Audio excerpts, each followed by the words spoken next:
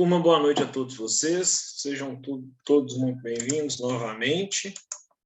É um prazer estar aí com vocês. Na nossa aula 2, que é o objeto hoje da nossa conversa e do nosso bate-papo, nossos esclarecimentos aqui de dúvidas, né? Foi justamente falado aí algumas questões, onde eu trabalhei aí a questão da taxa de juros, a tributação como um cenário geral das finanças públicas atuais, né?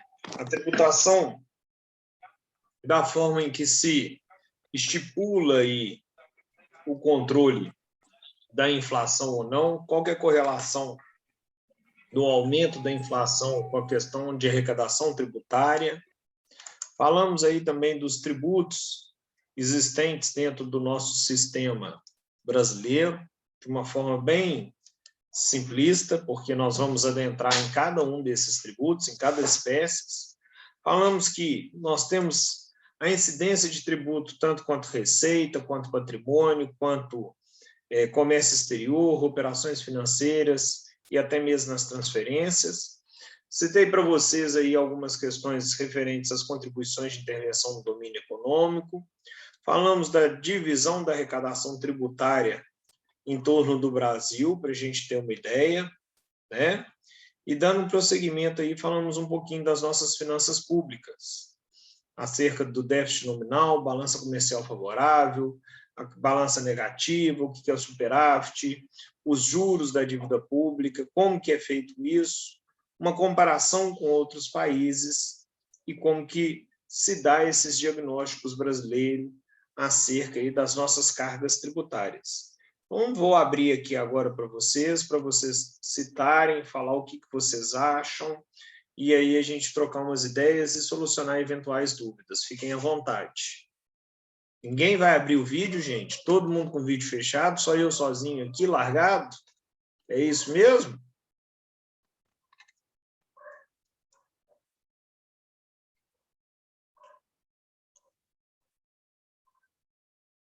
Vamos, gente. Ninguém teve dúvida, ninguém assistiu o vídeo, todo mundo assistiu o vídeo, todo mundo entendeu tudo, está tudo 100% explicado? Se for assim, tem alguma coisa errada, hein?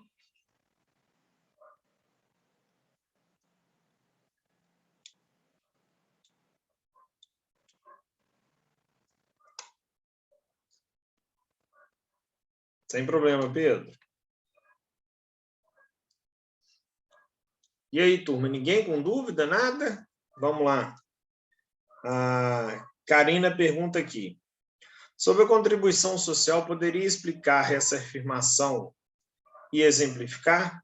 Há contribuições sociais que não são previdenciárias, mas toda previdenciária é social. Sobre a tributação pública, poderia me explicar a lógica do sistema no qual temos que trabalhar até maio para pagarmos tributos? Poderia me explicar o que é superávit primário e exemplificar? Então, vamos lá, Karina, vamos por parte aqui, né? A primeira colocação aqui, Karina, que a gente trabalha contribuição, nós vamos trabalhar ainda durante o nosso curso aqui, esse semestre, nós vamos trabalhar e explicar justamente como que se dá os tipos de tributos, né? As espécies tributárias, que hoje no nosso sistema nós temos 5. São as contribuições, impostos, taxas, contribuições de melhoria e empréstimos compulsórios. Contribuição.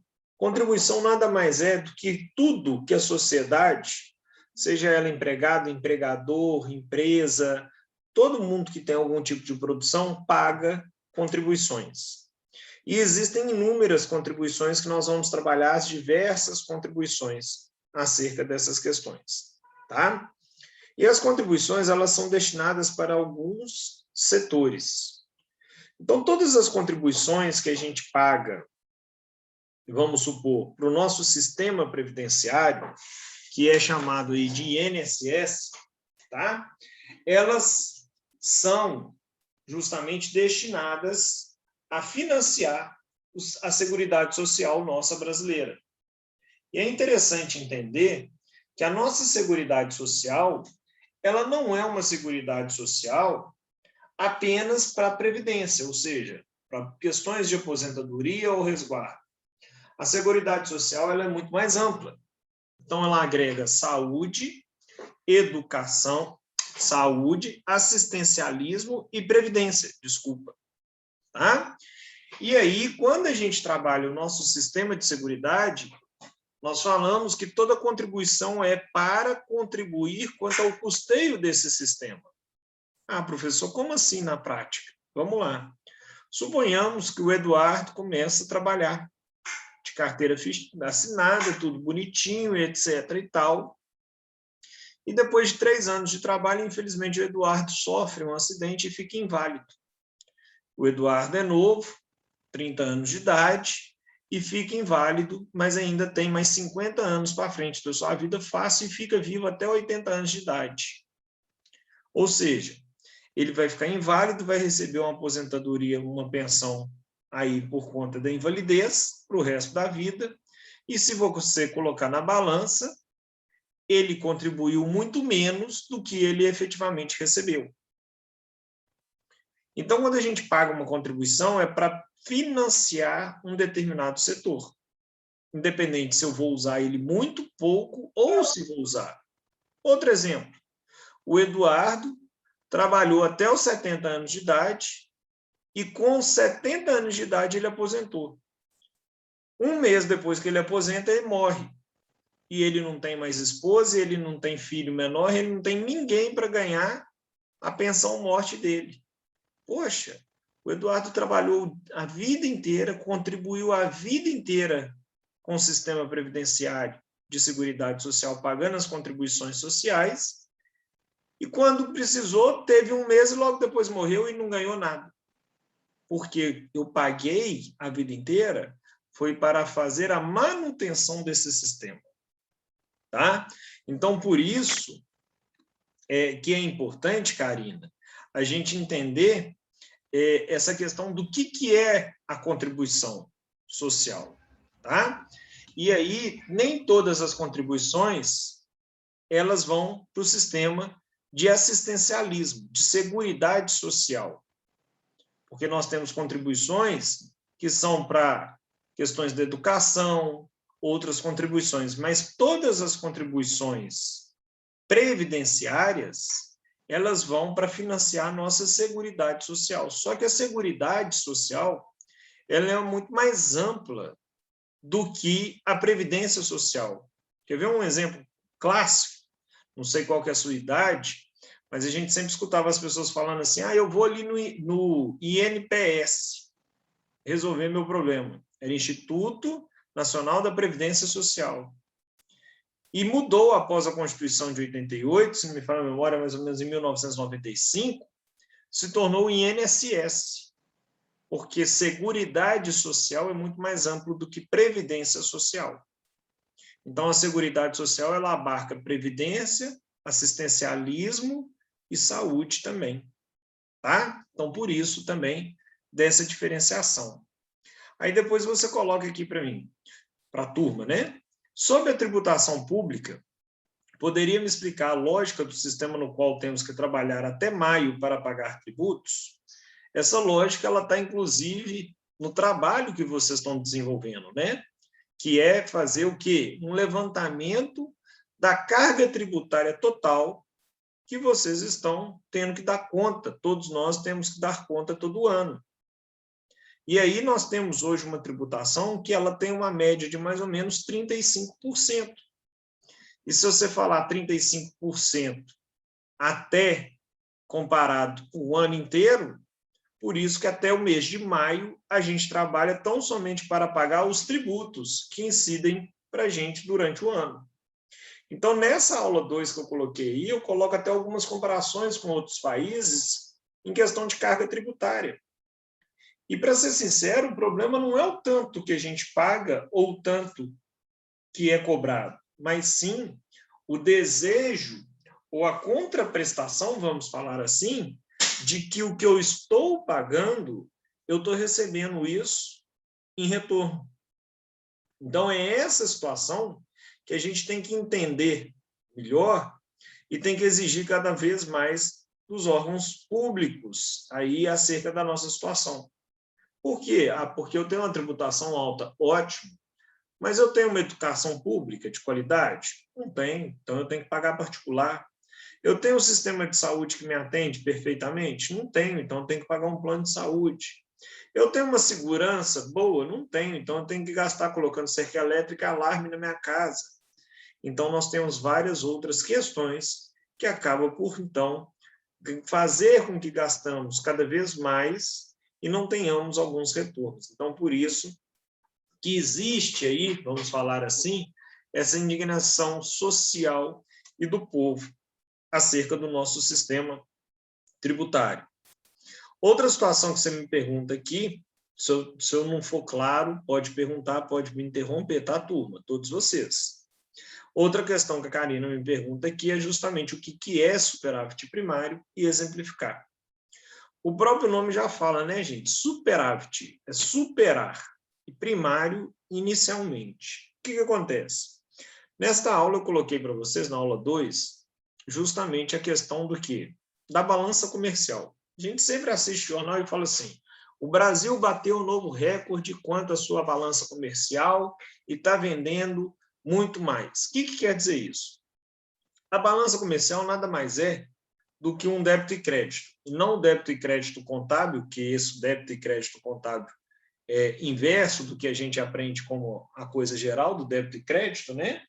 Mas a balança comercial contábil, a balança comercial do Brasil bateu um novo recorde. O que quer dizer isso? Ela está positiva.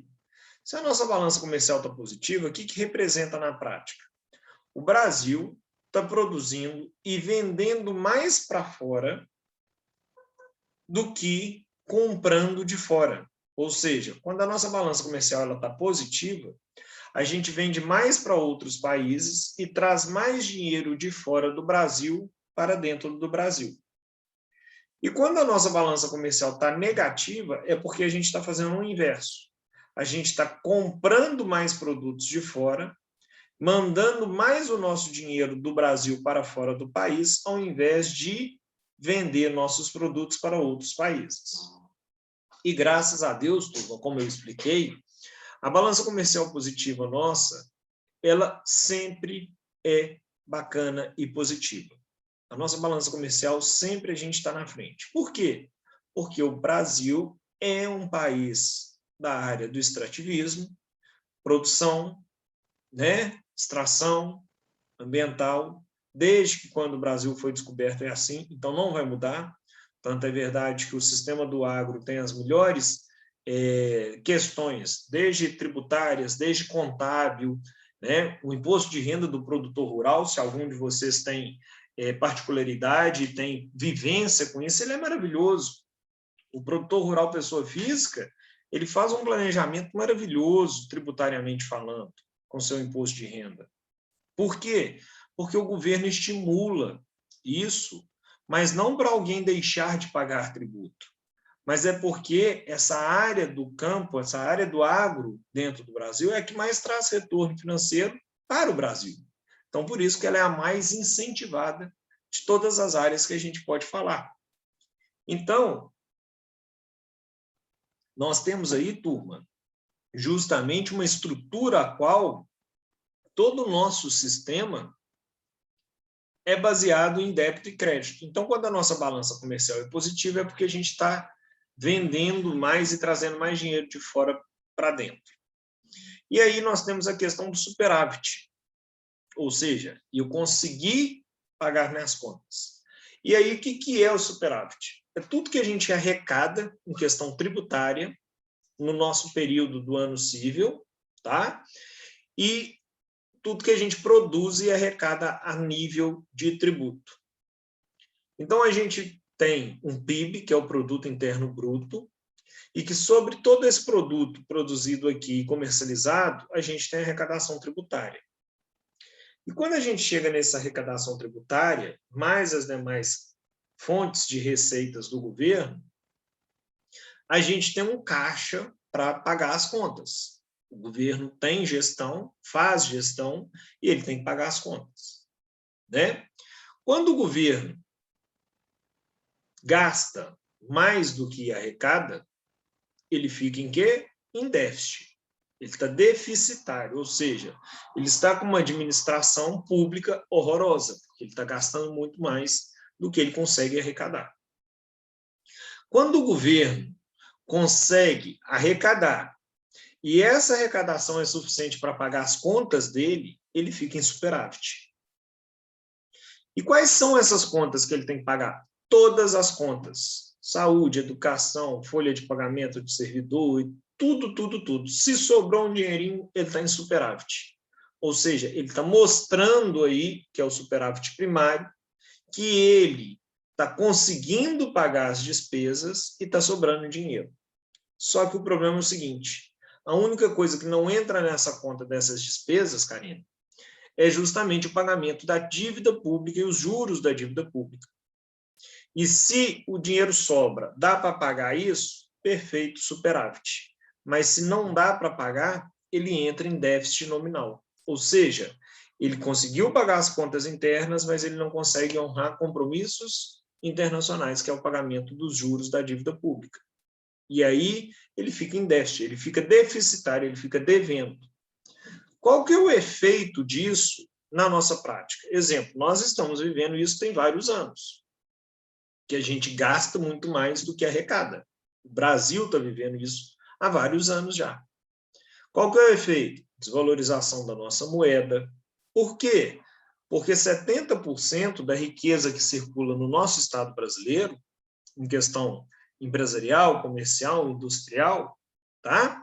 É de capital internacional. Então, se o Brasil mostra para o resto do mundo que não está dando conta de honrar seus compromissos internos e nem pagar os juros da dívida pública, o que acontece? Um investidor vai embora daqui, vai investir em outro lugar que é mais seguro. E aí, consequentemente, para o Brasil não deixar isso acontecer, algumas coisas ocorrem de uma forma muito simplista, mas para vocês entenderem, o que eu posso citar? Eu posso citar a desvalorização do real frente à moeda internacional. Por quê? Porque eu viro para o investidor de fora e falo assim, aqui, antes para você montar um negócio aqui, você precisava de $1 milhão, agora basta $500 mil. Ponto. Então, propositalmente, a moeda começa a ser desvalorizada a depender do risco que o país apresenta num cenário internacional. Tá? E aí, você acaba por oferecer coisas não tão legais e não tão vantajosas. Então, essa é a definição, essa seria a escala aí da gente explicar essas situações. Ajudou, Karina?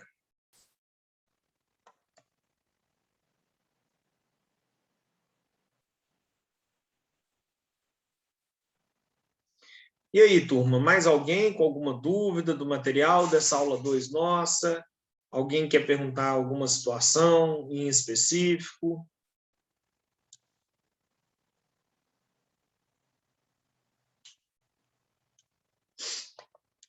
Nada? Todo mundo tranquilo? Boa noite. Tá boa, Fran? Tudo jóia. Deixa eu só uma pergunta sobre a taxa Selic. Eu fiquei em dúvida, não entendi muito bem, que ela influencia nos preços, né? Também. Do mercado. Igual a gente sabe, quanto mais demanda, menos a taxa aumenta, né? Quanto mais demanda, por exemplo, se mais tiver demanda do produto. Uhum.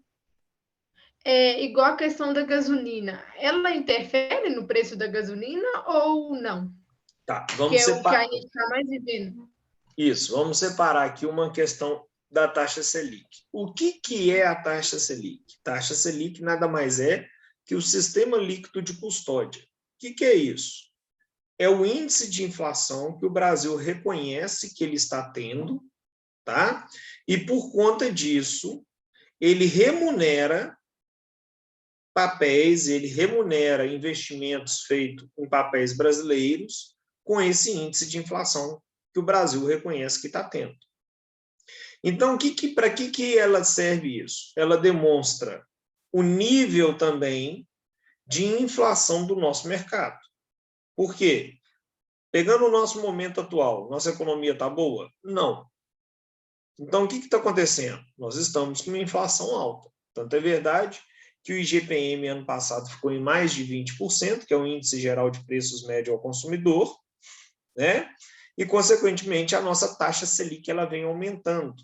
E ela vem aumentando para quê? Porque quem investe no Brasil, investe de duas formas. Ou investe no campo empresarial, que eu vou falar, ou monta uma empresa, ou compra e vende material, e etc. e tal, ou a pessoa compra papel público brasileiro. E todo papel público brasileiro é rentabilizado com algum tipo de retorno financeiro mais a taxa Selic. E isso o governo faz para quê? Para falar assim, o investidor compra o papel do Brasil, que daqui a tanto tempo você recebe ele devidamente corrigido. A vantagem do governo fazer isso é porque ele, a curto tempo, ele vai se capitalizar.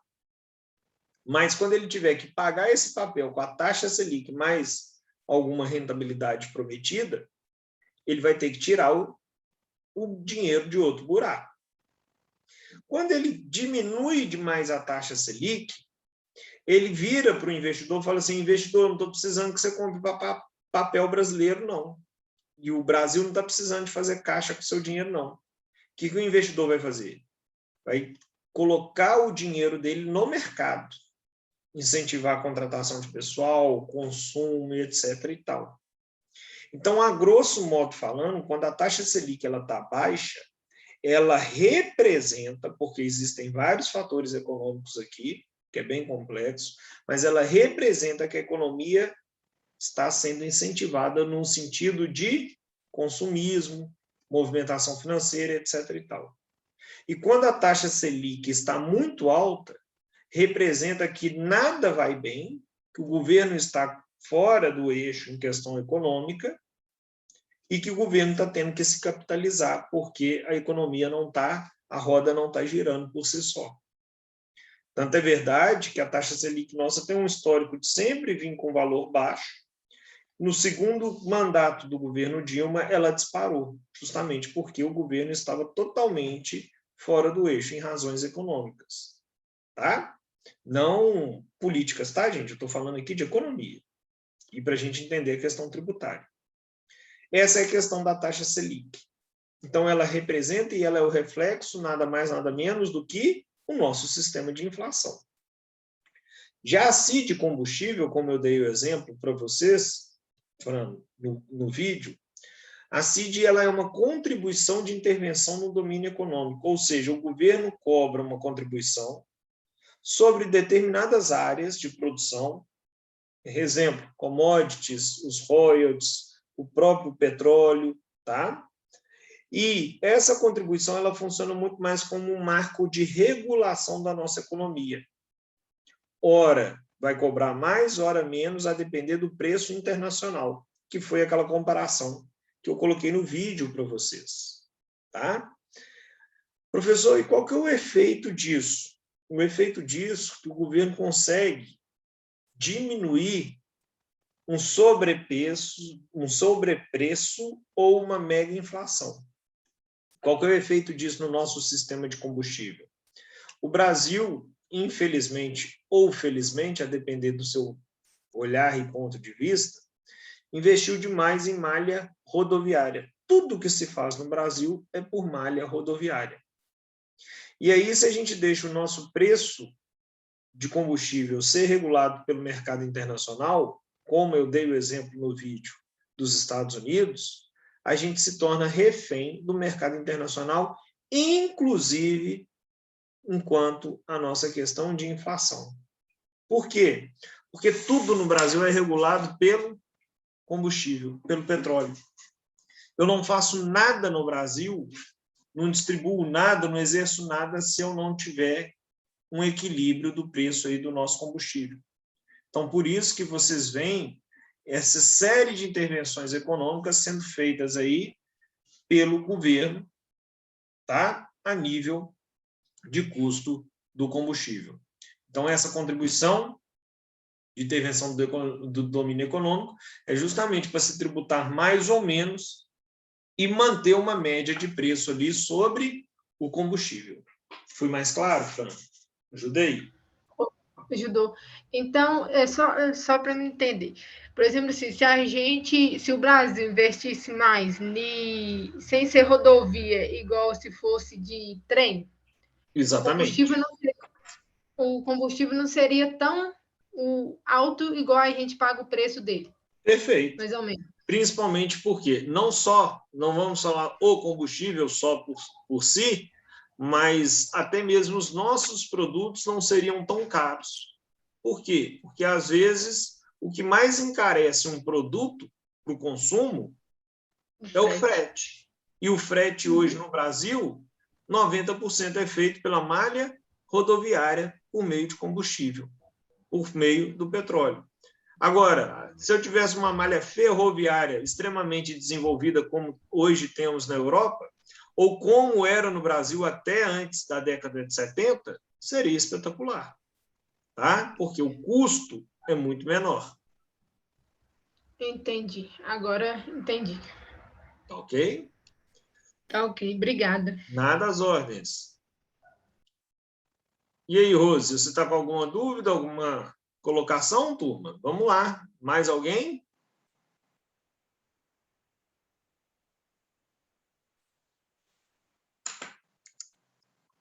Ninguém?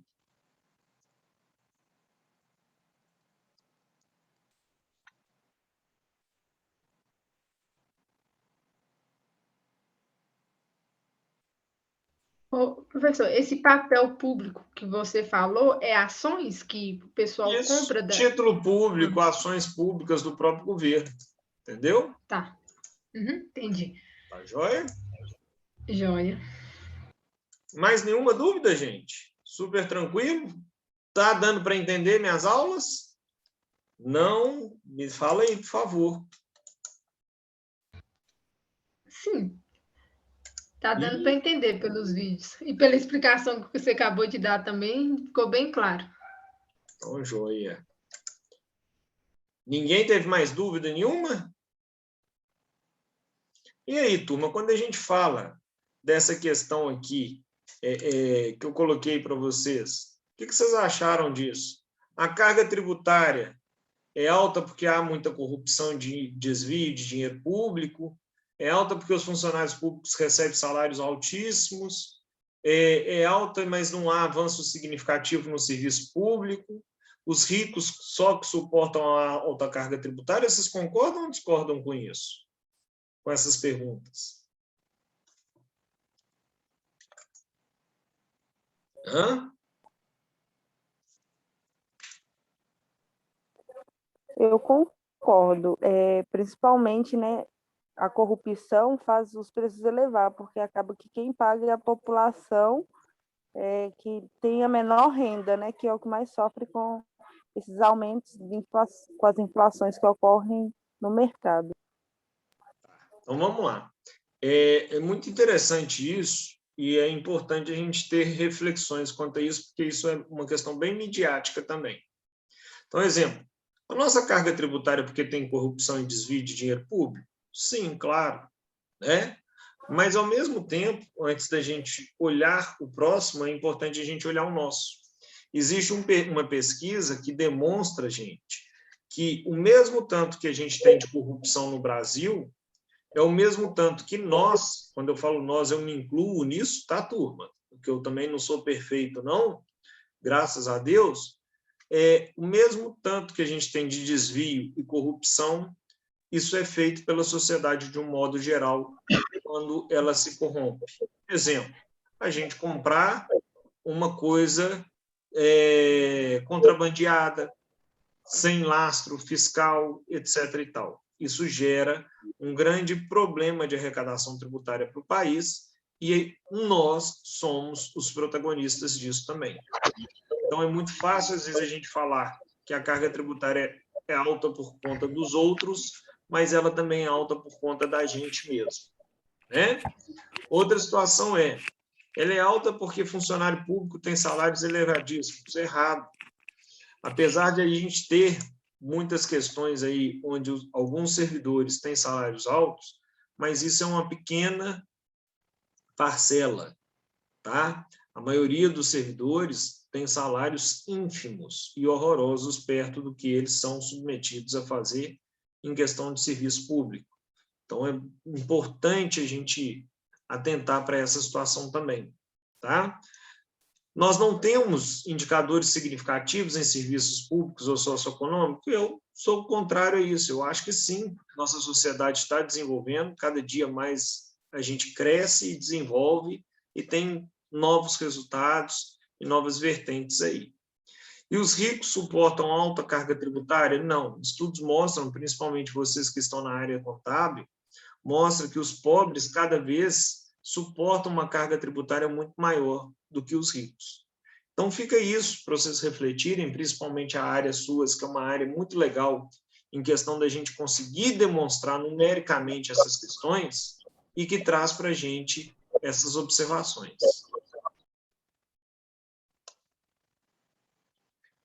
Mais alguma dúvida, gente? Alguém quer falar mais alguma coisa? Está tudo tranquilo? Como é que está?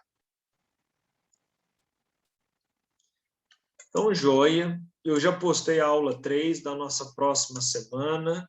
Vou mandar aqui o link da nossa aula 3 agora no grupo para nós também, tá? E qualquer dúvida, eu estou à disposição. Pode falar. Tá me ouvindo? Pode falar, Rose. Tá. Aqui, eu olhei lá no sistema aula, o senhor postou lá o exercício para estar entregando dia 5, né? Perfeito. Tá, aquele destaque que você solicitou, eu não sei se você chegou a comentar, porque acabou que eu entrei atrasada hoje, mas aquela tributação que você quer que coloca é mediante lá a questão do ICMS, no caso, né, consumidor final, essas tributações, exatamente. Então, exemplo, tá? Você vai pegar suas contas mensais e cada conta mensal você vai descobrir nela o que tem de tributação. Exemplo, você tem a sua conta de luz da sua casa, dá R$200 sua conta de luz. Então, o preço geral lá de despesa é R$200. Você vai abrir outra lacuna, falar dos tributos que você paga na sua conta de luz. Aí, Eduardo, mas eu não sei tudo, não. Aí você vai destrinchar. Desses R$200, você paga o que de tributo? PIS, COFINS, ICMS. Você vai ler a conta e vai achar isso lá. Ah, professor, e se eu colocar uma coisa lá que eu acho que é tributo e não for, eu vou perder ponto? Claro que não. Nós estamos começando a falar disso agora. A intenção é que vocês tenham a curiosidade de pegar essas contas mensais que vocês vivem com elas e entender se eu estou pagando R$100 de conta de luz, quase R$50 é só de tributo. Por que disso? Se eu fui no supermercado e comprei arroz, feijão, farinha, eu paguei uma carga tributária de 10%. Mas se eu cheguei sexta-feira e sextou, eu quero fazer um churrasco e tomar uma cerveja e for lá e comprar uma picanha com uma caixa de cerveja, eu vou ver na notinha do supermercado que o meu primeiro convidado é o Estado. Que quase 50% daquela compra ali foi só para o Estado. Por que disso? Por que dessa diferença? É isso que eu quero que vocês tenham e para a gente discutir. Por que eu pedi para vocês apresentarem isso até o dia 7, eu acho, 5 ou 7, né? Porque na nossa aula dessa semana do dia 5, eu vou abrir esses trabalhos com vocês e nós vamos discutir eles. Vai ser uma semana justamente para a gente executar esses trabalhos.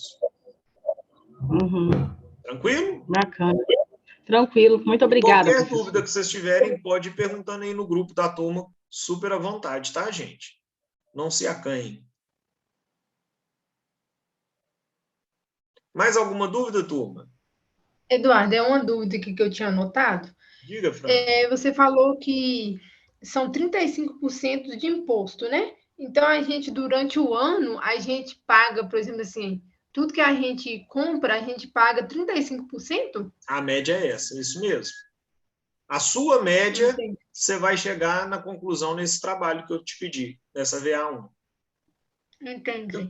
Eu já vi algumas pessoas falando que até no mês de maio a gente trabalha para pagar os impostos e depois que a gente vê o lucro do nosso Sim. Exemplo, você quer uma coisa para ajudar vocês no trabalho?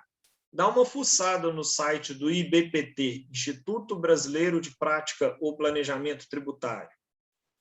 Dá uma fuçada no site do CDL, que fala do Dia Nacional Sem Impostos, que é justamente isso que você está falando. Lá você vai ter uma série de pesquisas e informações que vai te ajudar nessa VA1. Entendeu? E é essa curiosidade que eu quero instigar vocês a terem. Tá? Karina, eu vou postar essa aula, todas as aulas nossas, eu deixo gravado lá no meu canal do YouTube também. Tá? Tanto a aula explicando a matéria está lá, gravadinho, escrito assim, Direito Tributário, aula 1, Direito Tributário, aula 2, Direito Tributário, aula 3. Tá ok? É só Direito Tributário, não é Tributário 2, não. Tributário 2 é outra turma, outra coisa que eu mexo. Tá joia? Tá ok.